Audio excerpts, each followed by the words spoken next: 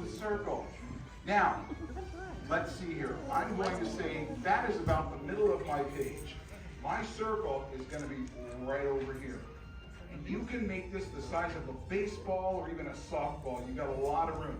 The reason I put it down here is because he's a rabbit, and his ears are going to be coming back like this. So I'm giving him lots and lots of space. There we go. Okay, you can see I've gone around about 7 or 8 times, right? But that's because I can't draw perfect circles, so I'll make in several, and then I will just build on the stuff that I think looks good, and let the other stuff just fade into the background, okay? I am going to just define a little bit what I'm thinking does look good here, so you can clearly see that circle. And we're going to put down some guidelines now. Now, guidelines are a map to help us find out where his eyes, nose, and everything goes. I'm actually, that's the top, that's the bottom. I'm going to go just a little to the right of the top as I bring a curved line down like this, okay? Just like that. Now I've got a little crescent moon over here. And that's what I want. Now I'm going to go over to the side of his face and drop down a little and bring another curved line going across and up like this. This is what we commonly call the eye line, because that's what the line that his eyes are going to sit upon. And now that we've got those in place, what are we going to draw first? Not the eyes. We're going to draw his nose. Now, Mickey has a very round, oval-shaped nose. Oswald's nose was a little more sausage-like. It was a little bit longer, very, very much in the style of a lot of those old cartoons of that day. So right here, where these two lines cross, that's where it's going to start. And I'm going to do just that. I'm actually going to kind of bring out, it looks like a little Vienna sausage if you've ever seen those little Vienna sausages. They're very small, but they're delicious. There we go, just like that. That'll work really, really nicely. I'm going to shade this into, you can see I've just gone right into it. I felt good about what I was doing. So I went right ahead and locked that on in as I went around a few times. Built that up. That's a permanent part of my drawing of Oswald now. Okey-doke. Now that we've got that in place, let's draw his smile. Just like his successor, Mickey Mouse, he was very, very, very happy-go-lucky.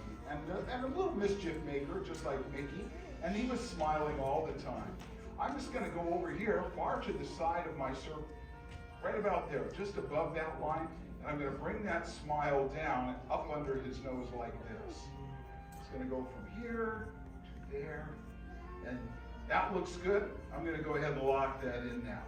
So 1927, the year before Mickey Mouse was born, Walt Disney had an idea for a lucky rabbit named Oswald, so named because he could take off his foot, you know about lucky rabbits. He could take off his foot if he needed luck, and he would rub it on whatever he needed, and then he would have good luck. That was the kind of the joke, the continuing joke in this. He, though, Walt, sold the idea to a rather unscrupulous movie producer who worked back in New York. And this guy started pushing Walt to make his movies faster and cheaper. Walt just couldn't keep up with what this guy wanted. So he traveled to New York, and he saw this man whose name was Charles Mintz, and he said, hey, I can't keep up with I need more money, I need more time to make these films. And Mintz said, well, actually, Mr. Disney, I own the rights to this character, and I'm taking it away from you. And not only that, I'm taking away a lot of your artists, too. I've hired them away. They're going to work for me now. And Walt was distraught, but he got on the train and he vowed he would never let anybody own one of his characters again. I'll tell you the rest of the story in a minute. Let's go ahead and give him a smile on it. Right here at the top of that smile, that just shows that his smile is nice and big and it's pushing up his cheek. If you smile real big, you get those too. It's not just a crazy cartoon rabbit. And I want to open his mouth up. Okay, so I'm going to add another smile. I'll start just down a little bit here, bring it down like this, and I'll kind of bring it to an end before I get all the way to the end there. So it's just kind of in the middle of that line that we just drew a moment ago, like that. That looks good. I'm going to go ahead and lock this on in. And since his mouth is wide open, what do you think we're going to see inside? His tongue. His tongue. There we go. Oswald's making kind of a comeback now. They recently did a little short film about Oswald, kind of in the style of the old cartoons. I think you could probably see it. Maybe it's on Disney Plus. I think it is. Anyway, I'm going to go ahead and draw in his tongue by starting over here on this side, and I'm going to go down the water slide, just like that, not all the way to the bottom, and then grab onto that and go down the water slide again just one more time over here, and shade this in just to give it a little bit of depth, just like that. Okay, he needs a chin, so I'm going to go right underneath the curve, right under his tongue, and I'm going to draw that curve one more time. In our class, this is what your teacher means by following the studied line. If your teacher says follow the studied line, look at this curve and draw it again, in this case, a little lower. It's safe to go ahead and lock in this line from the nose to the chin now, and let's go ahead and lock in from the other side of his chin way over to here too. I'm just going to get some of that kind of solidified. How about up here? We'll work our way around.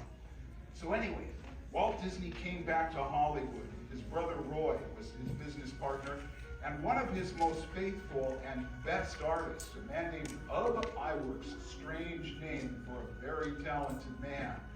And he was the best of Walt's artists, and he would not be hired away from Walt by that unscrupulous producer, Mr. Mintz. He stayed there, and they together, Walt, Ub, and Roy, came up with the idea for the next big character, one that they would own, and his name was Mickey Mouse. You can actually see that drawing in the Walt Disney Museum in San Francisco. If you ever go up there, visit the Walt Disney Family Museum. It is spectacular. Okie doke, let's go ahead and draw in his character mask. And you're thinking, what's a character mask? Well, I'll show you something. First of all, here's a little comparison, 1927 and 1928. Our Oswald is going to be very much in this style. Now see this thing right here? That little widow's peak that goes around his eyes? Look, this guy's got it too. That was very common on the cartoon characters. We still use that trick in even modern cartoons. I'm going to draw a little hill right over the corner of his smile, just like that. Now, I'm going to grab onto the end of that, and I'm going to head up to the top of his head like this. It's just going to merge right into the top of his head.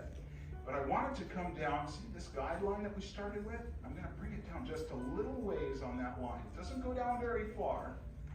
And then a really quick upside down letter U there to finish it off.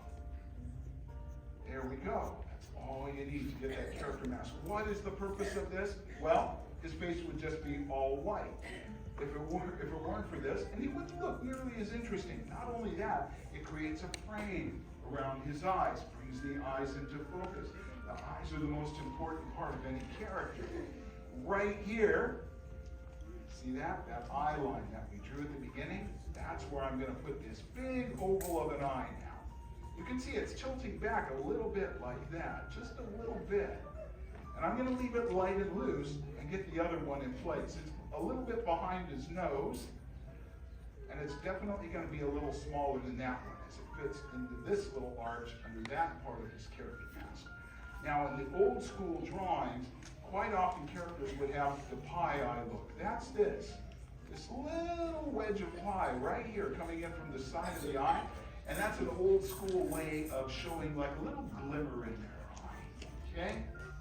The newer Mickey Mouse, the one that's part of the Wonderful World of Mickey series, and has anybody here been on this ride called Mickey and Minnie's Runaway Railway? Yeah. That's the version of Mickey Mouse that we're getting more of today, and he's drawn that way. They went back to the old school way of drawing Mickey Mouse for those cartoons. And I'm going to push really hard on my pencil as I darken in around that little pie wedge. And you'll see how it works. There we go. Just like that. Let's do it over here too on this one. And then we're going to draw in those ears.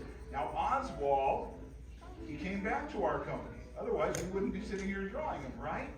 It was several years ago, our CEO then and again, Bob Iger, thought that we should bring Oswald back. He was owned at that time by Universal.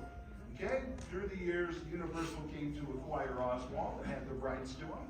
So Bob went to the folks at Universal and said, hey, how about a trade? We'd really like to bring Oswald back to the company that gave birth to him all those years ago. And they said, okay, well, we'll trade you we would like to have the sportscaster, Al Michaels, from your ABC network, come work for us at NBC.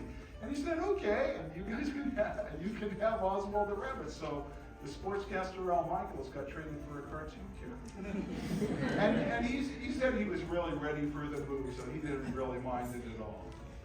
All right, now, those ears that we've been talking about, what I'm going to do is I'm going to kind of start right here, and super lightly, I'm going to draw this kind of outstretched letter B.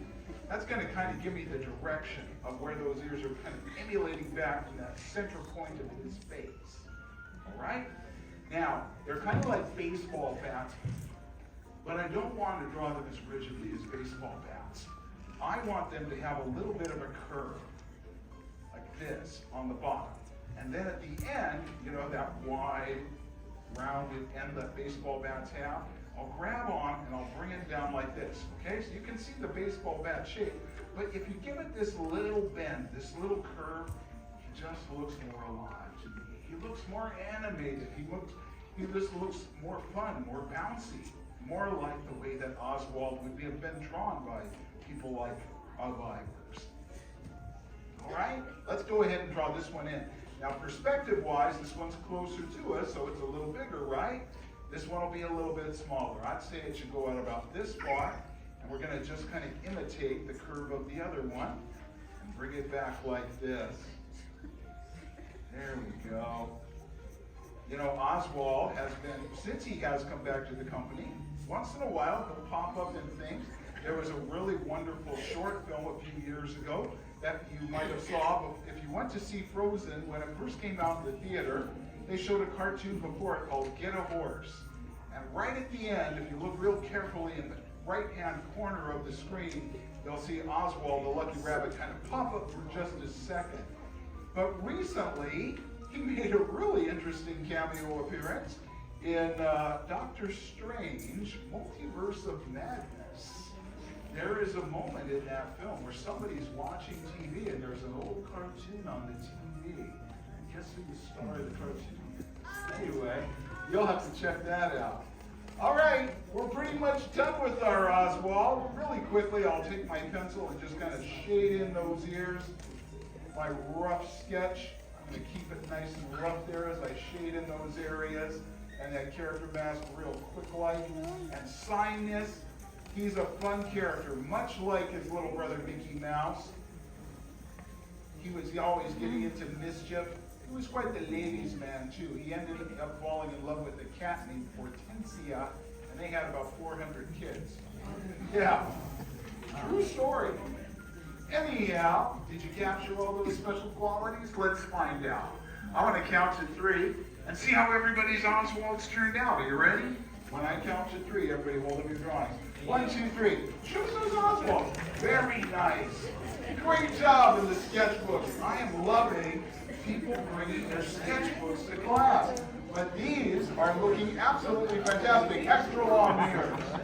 Good job. Great. The kids did amazing. The adults did pretty good. I'm teasing you guys. You're fantastic. Give yourselves a round of applause. Yes, yes, and yes. I'm going to put my Oswald aside.